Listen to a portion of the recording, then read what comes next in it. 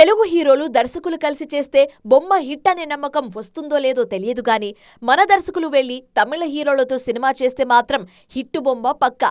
ఇది మనం చెబుతున్న మాట కాదు, కొన్నేళ్లుగా ఆ ట్రాక్ రికార్డ్ అలా ఉంది. మరి తాజాగా కుబేరాతో ఇదే సెంటిమెంట్ కంటిన్యూ చేశారు శేఖర్ కమ్ముల. సా తర్వాత ధనుష్ తెలుగులో మరో హిట్ కొట్టేసినట్లే. ధనుష్ తో శేఖర్ కమ్ముల, వెంకీ అట్లూరి పనిచేశారు.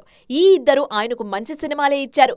మరోవైపు వంశీ పైడిపల్లి కూడా తమిళ హీరోలకు బాగా కలిసి వచ్చారు. కార్తీతో ఈయన చేసిన ఊపిరి విజయంతో ప్రశంసలు అందుకుంది. అలాగే విజయ్ తో చేసిన వారసుడు కమర్షియల్ హిట్ అయింది. ప్రస్తుతం పూరి జగన్నాథ్ కూడా విజయ్ సేతుపతితో ఓ సినిమా చేస్తున్నారు. మన దర్శకులు తమిళ హీరోకి వరుస హిట్లు ఇస్తుంటే వాళ్లు మాత్రం మనోళ్లకు ఫ్లాప్లు ఇస్తున్నారు.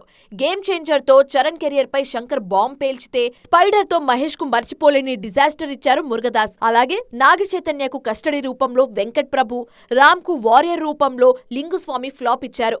మరి మన హీరోల ఇమేజ్ తమిళ దర్శకులు ఎప్పటికీ అంచనా వేస్తారో చూడాలిక.